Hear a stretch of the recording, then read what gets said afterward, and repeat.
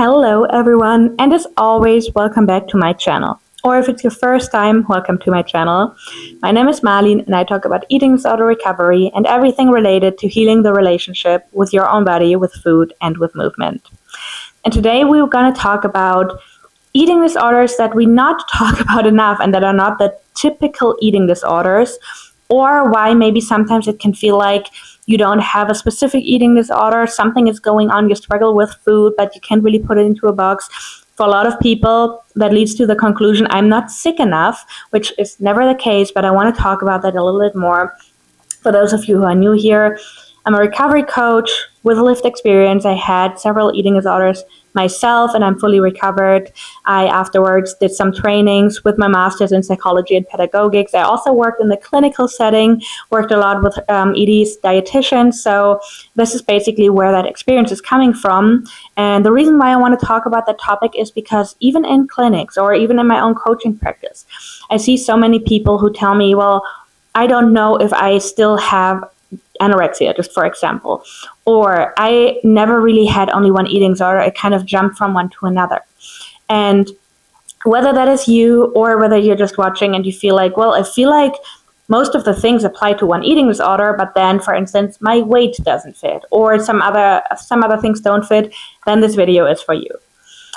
The one thing that I really want to point out, and those of you who know me know, I am not a fan of the BMI. And we already see changes when it comes to the clinical diagnostics, where the BMI scales get moved around a little bit, but still working with a BMI will always lead to the fact that some people who don't fall into a BMI range might not get a gut diagnosis when they actually fall under the criteria.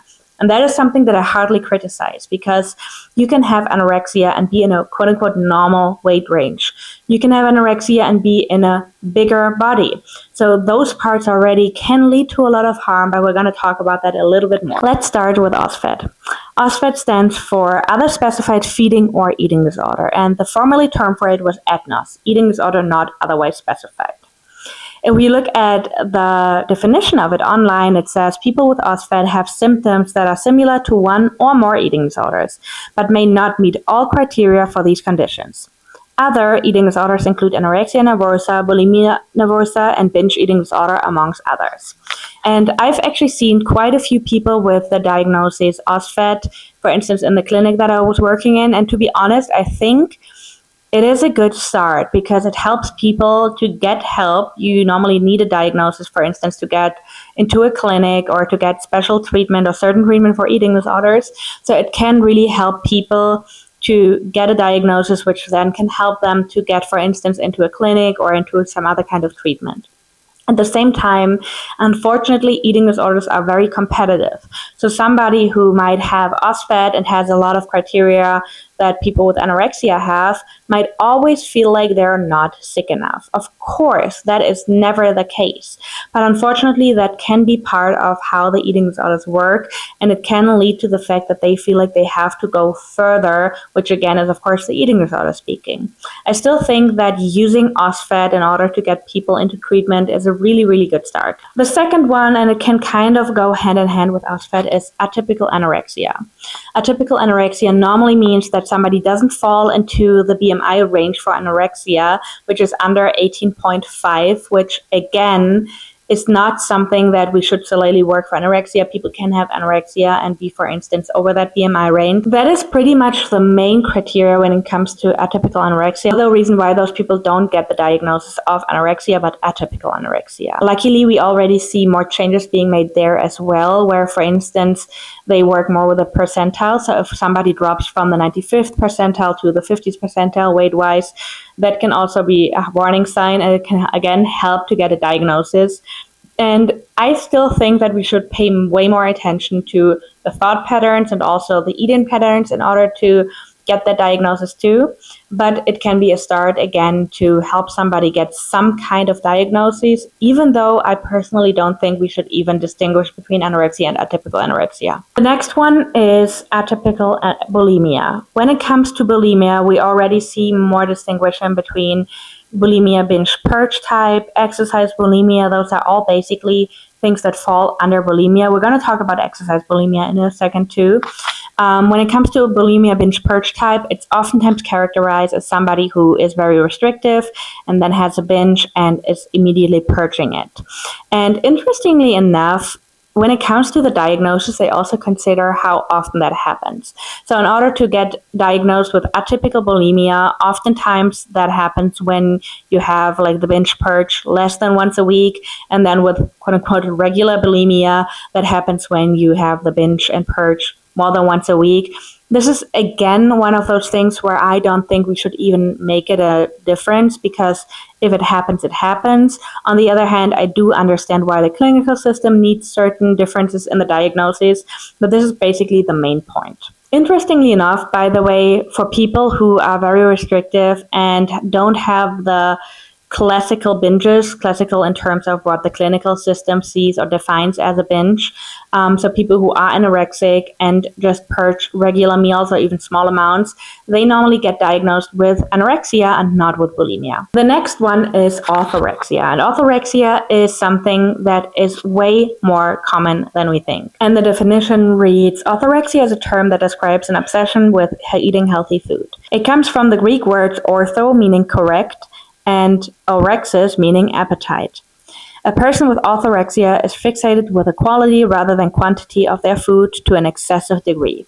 And that is something that we see quite a bit, whether people are scanning every single ingredient, are hyper afraid of certain ingredients, are hyper afraid of processed foods, or have a combination of a preoccupation with weight and that part. So a lot of people, for instance, are incredibly afraid of gaining weight because they are afraid of certain diseases. There's still a lot of misinformation about that part.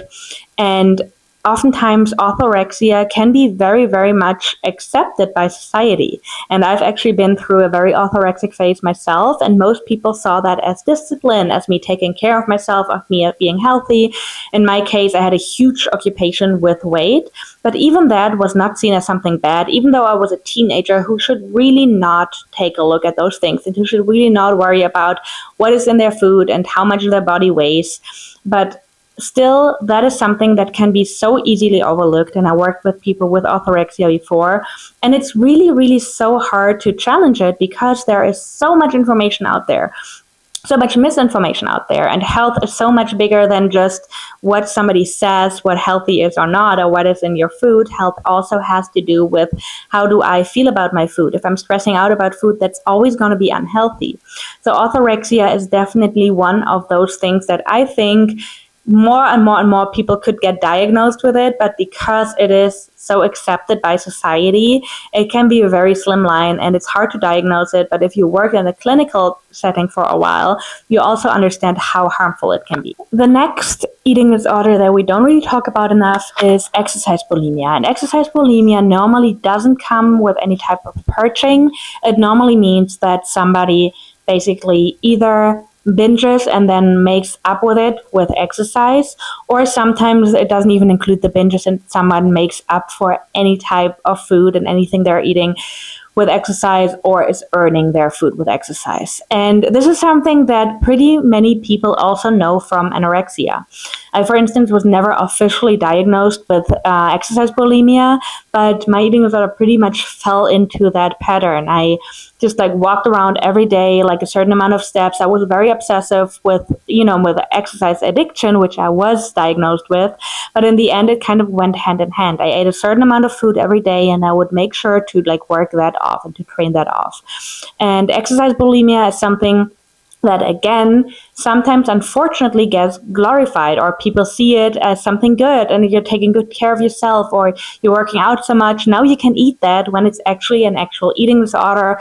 And again, we see more and more people, for instance, in treatment centers with that type of eating disorder, and the treatment normally includes learning to eat more food, learning to not obsess over exercise, learning to maybe get a healthier relationship with exercise, or learning to stop it completely for a while and to not feel that weight gain. Because also here, most people have a preoccupation with weight gain. And the last eating disorder we're going to talk about today is rumination disorder, which can also be part of other eating disorders, and it basically means to chew and spit food. So basically chewing your food and then spitting it without swallowing it.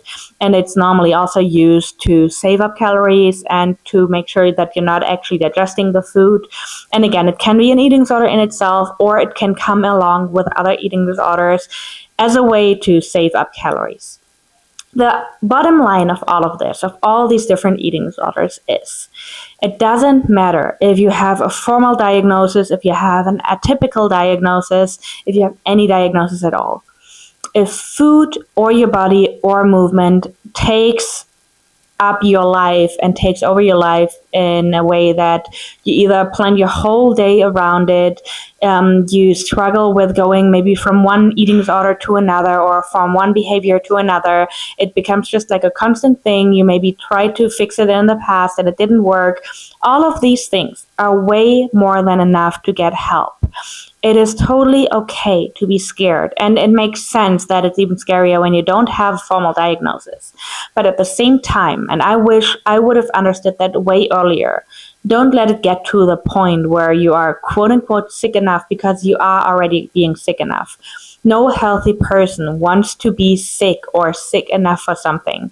So having the thought already is more than enough proof that you're struggling with a topic and that you deserve some kind of help.